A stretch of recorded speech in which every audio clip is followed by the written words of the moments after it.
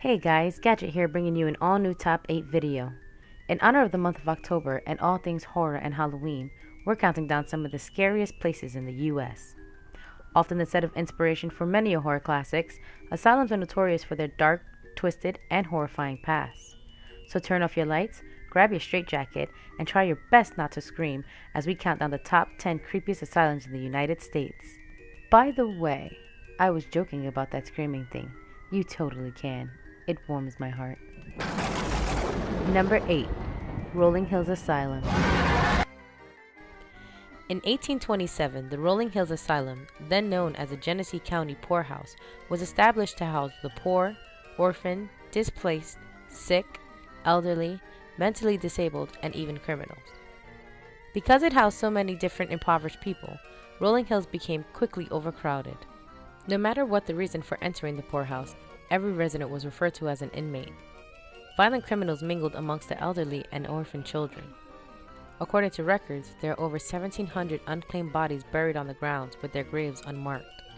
Though most of the dorms have been torn down after its closing in 1974, Rolling Hills still remains to be a hotbed of paranormal activities. Sightings of full shadow figures, slamming doors, disembodied voices, and footsteps are most commonly reported.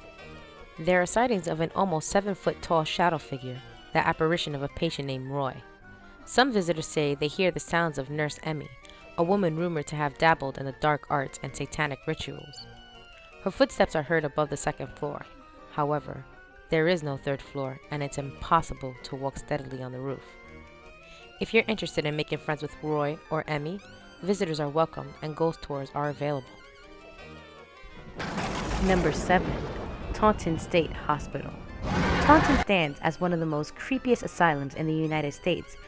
It opened in 1857, and by 1873, this 169-bed hospital had over 500 patients.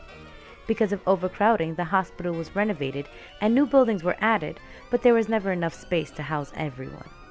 Rumors began to swirl when patients began to disappear. The staff was accused of dragging their wards into the basement to perform satanic rituals. Though these reports were never fully investigated, it is said that there are strange markings on the wall that are indistinguishable and reappear after they've been cleaned. Currently, there is an anti-climb fence enclosing what's left of the decaying hospital, as some of its service buildings are still in use. Visitors are not welcomed for tours. However, the anti-climb wall doesn't keep everyone out. Those who have been able to make it beyond the gate report seeing a white apparition of an elderly man walking around. Lights turning on and off, doors slamming, and cold spots are also commonly reported. The cemetery is also said to be haunted by a disembodied voice that tells visitors to leave. Number 6. Byberry Hospital. Philadelphia State Hospital, affectionately known as Byberry, originally opened as a working farm for the mentally ill in 1907. By the 1930s, an asylum had been constructed to deal with the expanding population. Funds depleted quickly, and the hospital fell into despair. Patients would walk around in their own filth, some with dirty clothes they'd been wearing for weeks, others completely naked. Most slept in small, dirty rooms, while others were subjected to the feces, urine, and vomit-filled hallways. Patients were exposed to these harsh conditions, along with being routinely beaten, sexually abused, and malnourished. The hospital closed its doors in 1990 after its horrible treatment of patients began to surface, though it wasn't demolished until 2006. Some of the patients who were released into the public after its closing returned to the abandoned asylums, as it was the only home they've known. The closed asylum also became a meeting ground for criminals and satanic cults. Reports of howling, growls, and light anomalies are common at this site. There's even a rumor that a few people left the asylum running and screaming with bite and scratch marks. In recent years, development was finished and 55 new residential homes sit on the site of what used to be one of America's most horrifying places. Number 5. Trenton Psychiatric Hospital. Opening its doors in 1848 as New Jersey Lunatic Asylum, Trenton Psychiatric Hospital quickly fell into a hellhole. In 1907, Dr. Henry Cotton became the medical director of the hospital, and although he instituted a great form of treatment like occupational therapy, he was also known to have a barbaric approach towards mental illness medication. Dr. Henry believed that the source of mental illness was from infection, so he often maimed his patients by cutting out their gallbladders, testicles, ovaries, and teeth, among other things. What's worse is, all these procedures were done by force, and often patients were dragged into the operating room while violently refusing the surgery. These practices were continued in the hospital well after Dr. Cotton's death in 1933. There have been several reports of seeing apparitions with missing limbs and hearing muffled moans and screams from distant rooms. Though this particular wing of the hospital lies in abandonment, Trenton Psychiatric Hospital still operates today with dismal reviews from family members and patients that have been released. Number 4. Penhurst State School and Hospital. Admitting its first patient in 1908, Penhurst housed the mentally disabled as well as orphans and criminals. Like all other hospitals on this list, it suffered from severe overcrowding and understaffing. Abuse ran rampant in this hospital, and details of it can be found in litigation notes all over the web. One witness reported that patients who habitually bit people would have their teeth removed as punishment. Another patient entered the hospital at age 12 with the ability to only say a few words like mama and dada. She left the hospital 11 years later and suffered several fractures and lacerations throughout her body. She also became a mute after all the years of abuse and neglect. Court documents state that the patients who entered the hospital for reasons other than mental instability suffered breakdowns and were driven insane. This is due to the inhumane atmosphere of the hospital that they found themselves trapped in. There are also instances of sexual and physical abuse from both patients and faculty members. Residents of this hospital often found themselves restrained physically or psychologically. One woman was physically restrained for a total of 2,692 hours over a 4-month period. Other patients were forced drugs in order to sedate them. Penhurst is often visited by paranormal researchers who observe multiple apparitions of adults and children, disembodied voices, and loud sounds within several of the abandoned buildings. Some have even been physically touched by unknown entities. Feeling brave? Penhurst has a haunted house attraction as well as a ghost hunt that allows visitors to wander the site at night, alone. Number 3. Danvers State Lunatic Asylum. In 1878, Danvers State School was created with the intention of providing a more humane care facility for the mentally disabled. Although in its early years, Danvers provided quality care, that reputation quickly dissolved. In 1946, Dr. Walter Freeman, an employee of Danvers State, performed the first transorbital lobotomy. This procedure requires a doctor to drill an ice pick through the top of the patient's eye to the prefrontal lobe, and then scrape away the frontal lobe from the thalamus.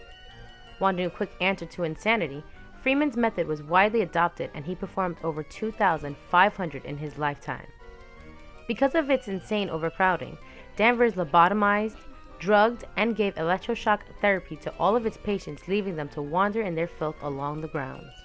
In 1992, Danvers State finally shut its doors. Since then, people have reported feelings of absolute despair and leave the building feeling sick. Doors open and close on their own, footsteps are heard going up and down the stairs, and there is always a feeling of being watched.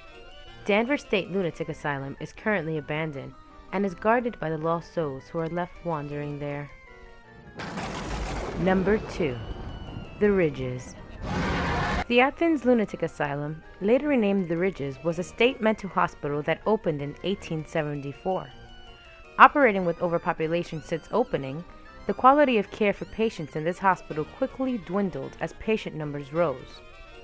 Different forms of therapy for patients included water treatment, where the patient was submerged into an ice water tub for hours, electroshock therapy, restraints, and the ever-popular lobotomy. These type of practices weren't only for the mental patients, but also for the elderly and rebellious teenagers dropped off by their families. The Ridges is probably most famous for the death of Margaret Schilling.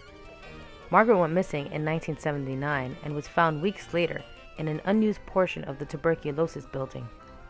This image is of the imprint left by Schilling's body that is still there today. After being closed down in the early 1980s due to deinstitutionalization, it was reopened again by the University of Ohio. However, the tuberculosis building still remains abandoned today. University students have reported hearing disembodied female voices, squeaking gurneys, and seeing Margaret's ghost peering from the window where she spent her final moments. Ghost tours are rarely given and currently sold out for this year. Looks like Margaret will be having a few visitors this Halloween. And finally, number 1, Waverly Hills Sanatorium. Waverly Hills opened its doors in 1910 to house and quarantine patients suffering from tuberculosis, which started as a hospital, quickly turned into a hospital of horror. Often doctors would experiment on the patients with surgical procedures to help treat the disease. These procedures included cutting open the chest cavity and inserting balloons into the lungs in order to expand them. Other surgeries involved removing the patient's ribs in order to allow the lungs to expand. It is said that as many as 64,000 patients that were admitted to this hospital died, many of whom died due to the mistreatment and the medical experiments. The dead bodies were removed from the hospital using a small tunnel initially installed to move materials from the hospital down the hill to an opening below. This tunnel was quickly named the Body Chute and is said to be haunted with shadow figures and disembodied voices. It is also said that the most haunted areas in this hospital is the 4th and 5th floor. It's rumored that a nurse hung herself on the 4th floor. There's a room on the 5th floor known as room 502 where another nurse killed herself. And yet again, another nurse was rumored to have jumped off the building after working in room 502. However, no reason has ever been established as to why she killed herself. Waverly Hills is regarded as one of the top most haunted asylums in the United States by all who have visited. Why not go and find out for yourself? While you're there, tell the nurse in the hall I said hello.